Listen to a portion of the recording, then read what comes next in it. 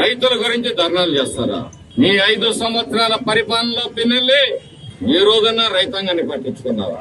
నాగార్జున సాగర్ విమానాశ్రయం పక్కన భూములు ఆక్రమించింది రైతుల భూములు కాదా? స్ప్రింక్లర్లు, డ్రిప్ ఇరిగేషన్, రెయిన్ గన్స్, హార్వెస్టర్లు, ట్రాక్టర్లు, టార్పాలిన్లు, మరి అనేక రకాలైన రైతు సమస్యల మీద తెలుగుదేశం పార్టీ ఆ రోజు మా వ్యవసాయ శాఖ మంత్రి పత్తిపాటి పుల్లారావు గారి నేతృత్వంలో 30,000 కోట్ల రూపాయల బడ్జెట్ తోటి ఏర్పాటు చేసింది. మీరు ఏ రోజన్నా రైతుల గురించి ఆలోచించారా? ఒక ఎకరానికి నీళ్లు ఇచ్చారా?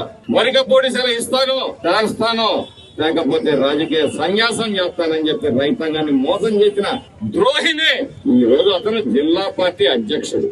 రాజకీయాల్లో నేనంటూ ఈ ఎన్నికల్లో ఓడిపోతే రాజకీయాల్లో ఉండనని చెప్పేసి మరి సవాళ్లు మీసాలు చెప్పిన వ్యక్తివి నువ్వు. నీ మీసానికి, నీ మాటలకి, నీ చేతలకి ఎక్కడైనా పొంతనుందా? పల్నాడు ప్రజల గొర్రెలు అనుకోవద్దు. నీలాంటి దుర్మార్గుల్ని, హిరణ్యకశిపుల్ని, అలాగే నరకాసుల్ని సంహరించే శక్తులుగా కూడా మీరు గుర్తించాల్సిన అవసరం కూడా ఉందని చెప్పి సందర్భంగా చెప్తా ఉన్నాను. రా, ఈసారి ఎప్పుడైనా సరే నీకు దమ్ము ధైర్యం ఉంటే ఈ నియోజకవర్గంలో సమస్యల మీద మాట్లాడతాం. నువ్వు రా.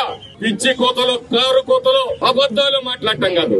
మేము ఈ రోజు మా డిప్యూటీ సీఎం పవన్ కళ్యాణ్ గారు ఏ రూపాయి అయితే రిలీజ్ చేశారో ఆ రూపాయిని గ్రామ సభల్లో పెడతా ఉన్నారు. ప్రజల సమక్షంలో, ప్రజల కొరకు ప్రతి రూపాయి ఖర్చు పెడతా ఉన్నాం.